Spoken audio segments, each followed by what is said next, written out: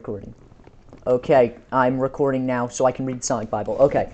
All the He spent the summer frolicking in the town park with the other children, donating quills so they could scribble designs in the sandbox.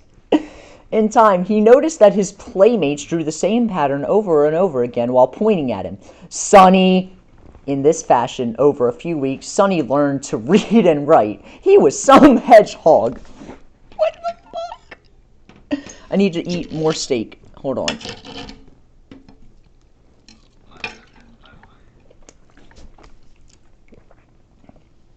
But more important than anything else he did, Sonny ran the hedges. Every night, while everyone else slept, Sonny sprinted from one end to the other of the long hedge outside the burger joint.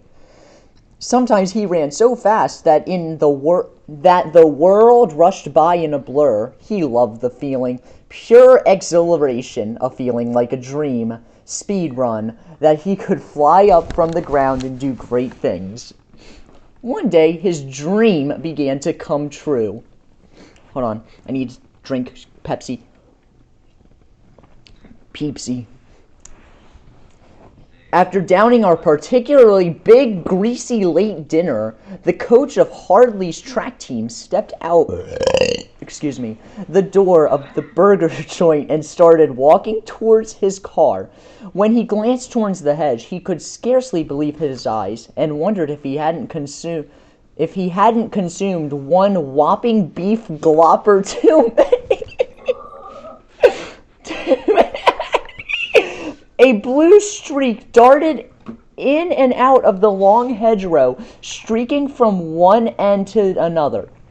The coach drew out his stopwatch and tried to clock the object. Impossible, he muttered to himself. He's too fast to clock.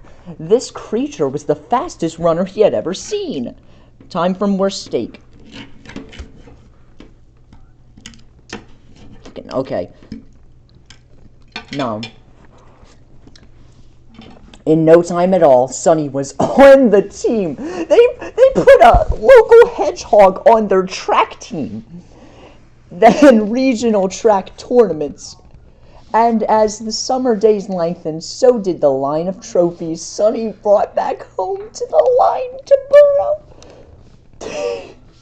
The whole town was proud of him. The coach began talking about Sonny as an Olympic hopeful, and then nature, his mother called.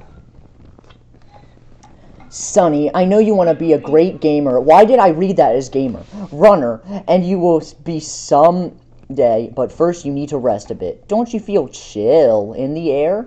It's nearly fall. Soon it will be time to hibernate, Mom. Gee whiz, I don't have time to hibernate. Can't I keep practicing all winter? He preed. But Mom was adamant, concerned that practice all year round during his first year of life would permanently She insisted. She prepared the burrow for the long winter, lining Sonny's chamber with soft, dry leaves and pine needles. The coach and Olympic stardom would have to wait until spring. We're on page 4. By the way, I just want to say we're on page 4 of 13.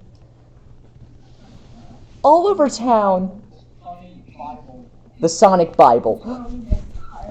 All over town, the mercury shrank lower and lower,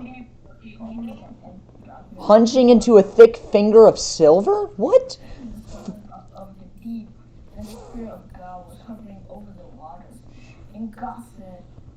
Shut the up. And the hedgehog family withdrew from the light of day. Safely in the burrow, Sonny read a comic book and listened to the rattle of brittle hedge branches whipped about by the wind. He felt fat and content from a meal of candied apples that the townspeople had generously invited him to take home from their Halloween party. He chuckled as he remembered carrying back an entire bushel on his back, neatly skewered on his quills. Then suddenly he had an idea. There's really no reason why I have to stay here sleeping all winter. I'm not going to do the voice. I can just tunnel over a few feet and pop up on the far edge of the hedge. Mom will never miss me, he thought, pleased at this stroke of cleverness. So I'm guessing this bear's gonna die. It's not a bear. I can just tunnel over. He tunneled 5, then 10 minutes, while thinking of the great crack contest he would win in the great track contests he would win in the spring. As he counted, no, I'm reading. Shut up, I'm reading. His digging became more and more enthusiastic, and then he grew more and more tired. Just a short nap, he thought, and then I'll tunnel upwards. So he curled up for a brief snooze. 1 hour and some coming, Sonny drifted into deep hibernation, beyond alpha, beyond beta. He felt peaceful and secure. Quiet was wonderful. Oh my god. Whirr, clunk, clunk, whirr, zip, whirr. The earth above him shook. The ground grew warm and then hot. Sonny awakened, drenched in sweat and shaking, but not from fear. Everything around him was shaking. He looked up at the ceiling of his small cave and saw the earth churning. Zow! What kind of word is zow? Time to... Time to clear out of here, he thought, digging furiously to escape whatever that was plunging towards him. Quick, quick, he panted. I must survive, and then felt something. A rusty pipe just large enough to squeeze through. He scrambled through the pipe, his toes clattering on the metal. I need to take another bite of steak.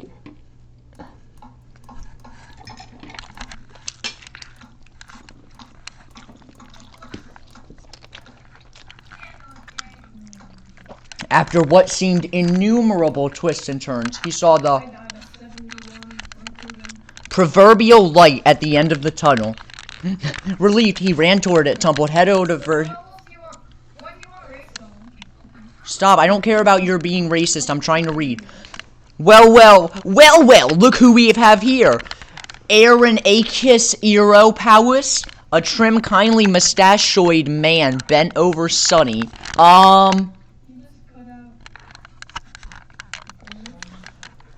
Sonny had been called many things, never something so strange as this. All you all right?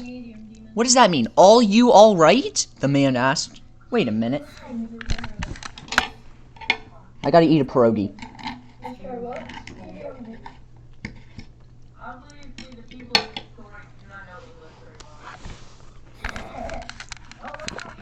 Let me aim the lingua scrambler at you.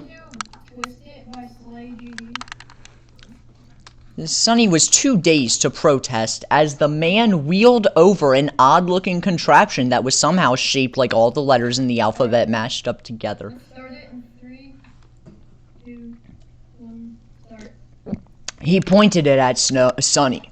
I almost said Snowy. My name's not Asius, it's Sonny. And what's happening out there underground? Sonny heard himself squeak in an accusing tone of voice. He had never spoken human before. Oh, that. Sorry it disturbed you. That's my cog winder. Like Coggy Milk from the Geometry Dash Discord server.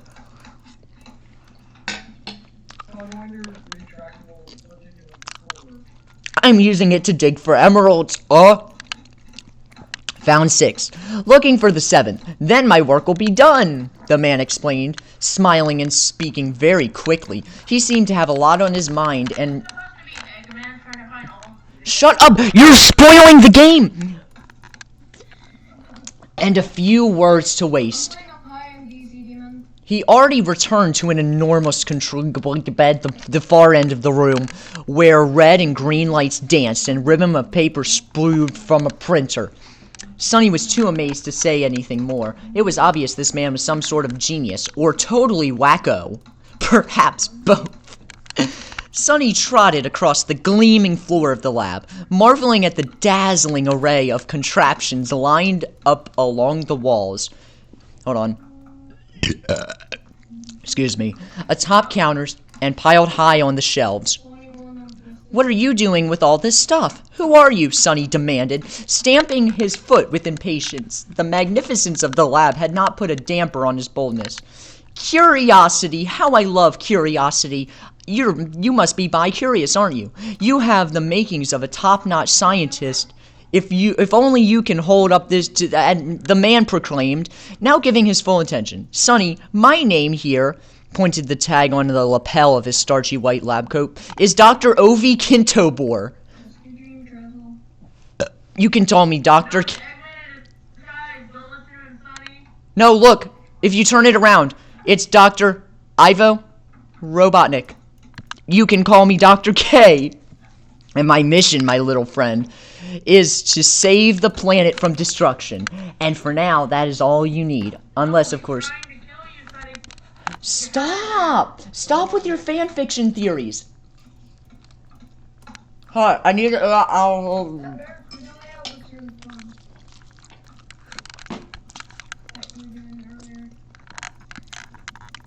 The Gray Emerald? 6 other emeralds, pardon my voice, saving the planet during the long months of winter, with a diligence that nearly matched the intensity of Kintobor's experiments.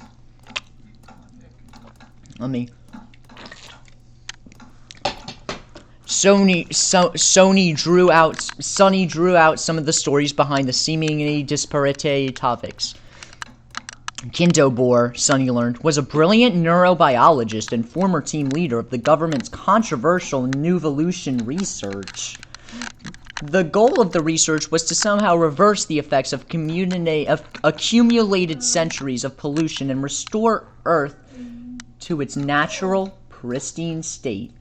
The Nuvolution team of biologists, physicists, boners, and astronomers worked assiduously towards this goal for 15 years. Then, on the verge of a breakthrough concerning the structure and behavior of free radical subatomic particles, funding for the work was cut. What the hell is this? 15 on dream travel, okay. What were they snorting and smoking at the same time to write this? With their project doomed to oblivion, the scientists scattered. Many team members took lucrative positions in the private industry. Others went mad with frustration. But Kintobor abhorred such resignation to one's fate. Instead of bailing out, he sabotaged the government security system and moved the lab lock, stock, and barrel to a former radioactive dumping site.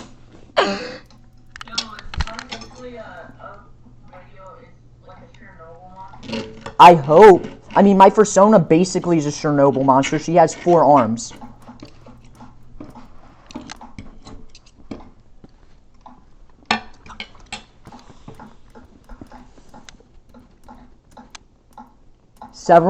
In northern Nebraska, several miles away from Hardly. He figured he had selected the perfect site. What better place to test his solution than underneath the nation's most notorious, top-secret, toxic wasteland? All things natural, all creatures left untouched and uncontrolled by humans. This summed up Kintobor's concept of the beautiful and sublime. And as an extension of this passionate philosophy, besides working to save the planet, Kintobor had another goal: to rescue any poisoned or struggling animal he managed to find in the course of his excavations. Dozens of bunnies, squirrels, ducks, and even baby piglets were among the regular group of guests residing in the lab. Excuse me. All were welcome to spend time gaining strength, resting, and eating Kintobor's excellent cooking. Excellent cooking! I need another pierogi.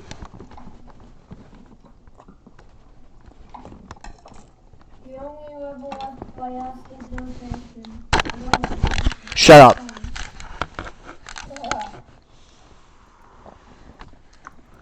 and encouraged during his happy to remain in the lab till spring. The fact that was very good news for Snowy. Sonny, why do I keep saying my own name? Day after day, he delighted in making friends and playing games with the other animals, like Sonic the Hedgehog for the Sega Genesis. No, I'm just kidding. And even teaching several to read and write. This multiple kidnapped children. When Kintobor noticed Sonny's academic skills, a light flashed. Sonny, he said, vacation's over. A mind is a terrible thing to waste. Henceforth and forthwith, I'm making you my assistant. That is, if you accept, of course, he added. Sonny was thrilled at the prospect, because although Sonny had never known his father, Kintobor reminded him of the kind face in the photograph. The days flew by, with Sonny by Dr. K's side almost constantly. Sonny learned computer science from building small portable mainframe. He learned about physics, the old laws, as well as the few new theories set forth by Dr. K. Hold on, honey. His curiosity was boundless. I swear to God, I promise I don't have a burping kink. And led him to every part of Kintobor's lab as he documented the results of each experiment. As the lab was vast, Sonny soon took to running at top speeds to perform all of his duties. How odd, he thought, to find himself gradually replacing dreams of his Olympic... So much. I hate my life so much. Olympic glory with a dedication to science and helping other animals. Still, he'd never be a nerd like Dr. K. So partly for relaxation and partly for Dr. K's amusement, he logged several hours a day on the supersonic treadmill that Kintobor had built for him. Slowly, Sonny built his speed to 200, then 400, then 761 miles per hour, the speed of sound. Is that actually the speed of sound? Hold on. Speed of sound. Hello, I click Google. Speed of sound. Got places to go, Godify. I'm Googling this.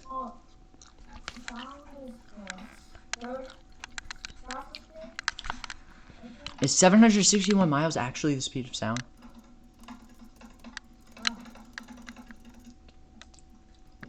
Oh my god, that is exactly how fast.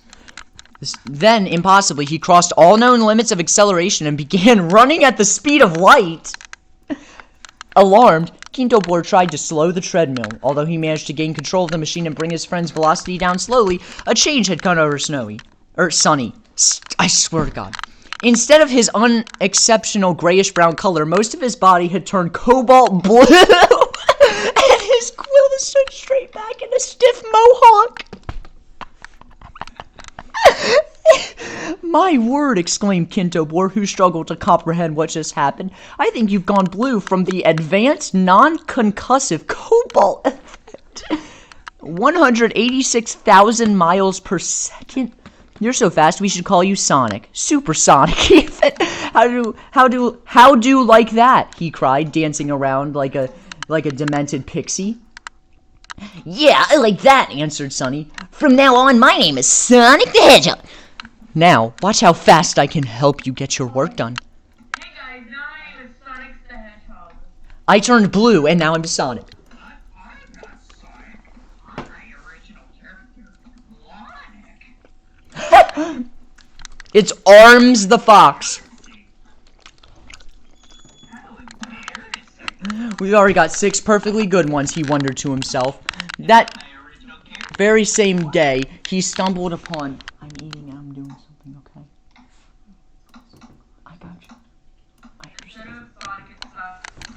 Instead of Sonic, it's Sus. Cuando el impostor es sus. That very same day, he stumbled upon the answer. Running through a part of the lab that was still a bit unfamiliar, he tripped over a thick mask of wires. That's strange, he thought. Dr. K is always so tidy with his equipment. He followed the cords and cables to a small room he hadn't ever been in before.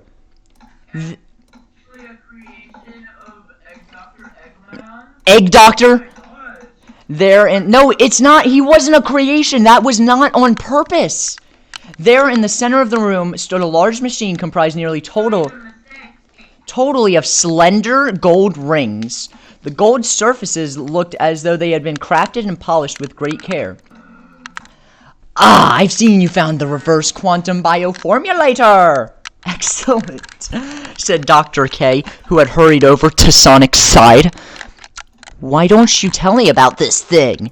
And what do you use it for? Asked Sonic. He felt a bit hurt that Dr. K had kept the machine a secret from him. Shut up. Shut up. You are very sus right now. I'm trying to read. Did you ever ask about it? Dr. K countered. No. But now you are. So now you'll have your answer. But it's a long story, so let's have a bit of a lunch, he suggested, pulling a few hard-boiled eggs and muffins from a lunch bag he had stuffed in his pocket. They pulled up chairs around the reverse quantum bioformulator and began to eat, as Sonic usually gulped down his meal in a flash. He was an old pro at fast food. We're 3 pages left. I hope. Sonic gulped down his meal in a flash. He was an old pro at fast food. Kintobor had set a half-eaten egg on the counter near the machine and pulled a heavy iron key from his lab coat pocket. Who said anything about Just Dance? My friend Justin, already taken. Walked over to a tall, lead-encased cabinet in the corner of the room, unlocked his door, and drew out a black velvet bag. These are the emeralds I told you about, Sonic, he said carefully, placing each on the black velvet. They were truly incredible. Deep, brilliant... Shut up. You're the imposter. You're being very sus right now, and I want you to shut the frick up. They're perfect. Cut them myself, Kintobor boasted. They contain a micro penis copy of all the inert energy of every gross and disgusting impulse or deed done by humans since the beginning of time. So, he continued. Sonic gulped. You mean they're evil? Yes, evil and highly unstable. Excuse me. Pure, chaotic energy. Kintobor sighed. I transmorph... I hope so. I transmorph the chaos of the world into the emeralds. Using the RQBF... Now, the only thing remaining... I'm the prey. The gray emerald. Until we find the gray emerald, we're treading on very thin ice. If the emeralds are disturbed, in theory, they will double the amount of evil in the world. Stabilized, they will rid the world of evil and pollution. That done, I plan to launch them into space where they can harm no one, he said. Sonic eyes grew wide. So this is why Kintobor... They spelled it wrong. Kintobor was always in a rush. He was holding the fate of the world in his hands, reflected in the sparkling surfaces of the 6 emeralds. Dr. K knows the expression on South.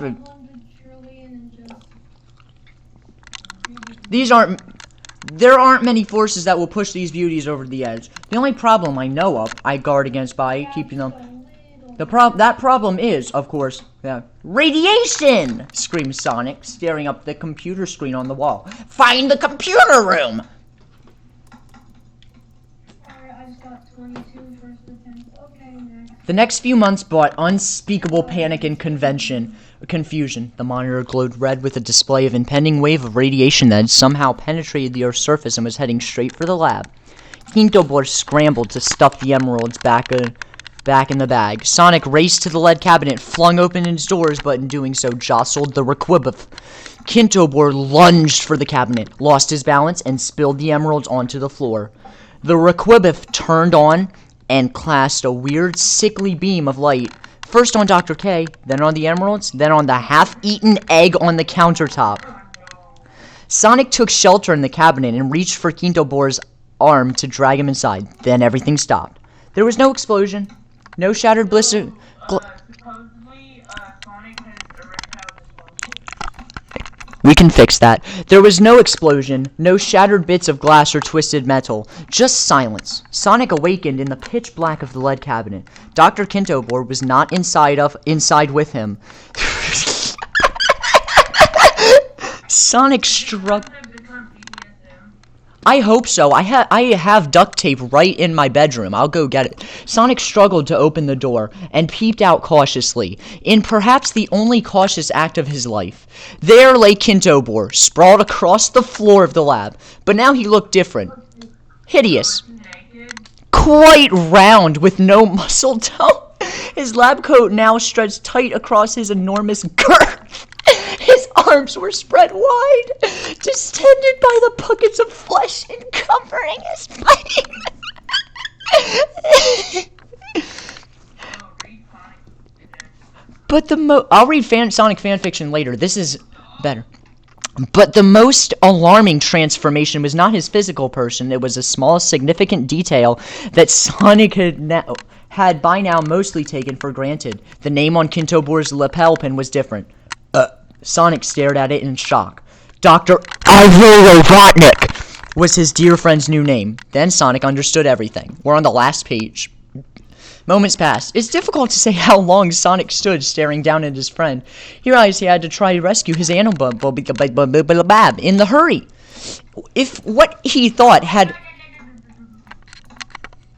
I will fucking roar you if you don't shut up. Kintobor had absorbed the evil of the chaos several... So was the disgusting shape of the hard-boiled egg. I cannot breathe. He would awaken as the vilest, most evil personality on the face of the earth, set to strike out at anything in path. Kintobor, or shall we say, Robotnik, stirred. Where are you gawking at, you ugly thing? Stand still so I can rip your quills out and turn you into an armadillo bot, Robotnik growled. Sonic jumped... Dying is 73%. Sonic jumped back and rushed out of the room to the main lab. Scampering at the speed of light, he had just enough time to grab a PC and race towards his friend's quarters. But by remote control, Robotnik had already sealed the door to the animal habitat. Sonic bolted out of the back door to the lab and then remembered. The Requibbeth! He ran back to grab as many golden rings as he could. Then Sonic scampered away at the speed of light, Robotnik's curses echoing behind him. That's it. Yo, now time to read fanfiction. Okay. Oh, Should we keep this safe for work? sure, yeah. Keep it safe for work, but fanfiction. Safe for work. See, what you gotta do is you gotta go to, like, page 10 of Google. Shadow the Hedgehog gun meme. Sonic and Shadow Sonado. Bitte amerta la pinda otama. What is this? Sonic and Mario fiction. I think I gotta go. Yo, Sonic and Mario. I gotta go. Maybe next time.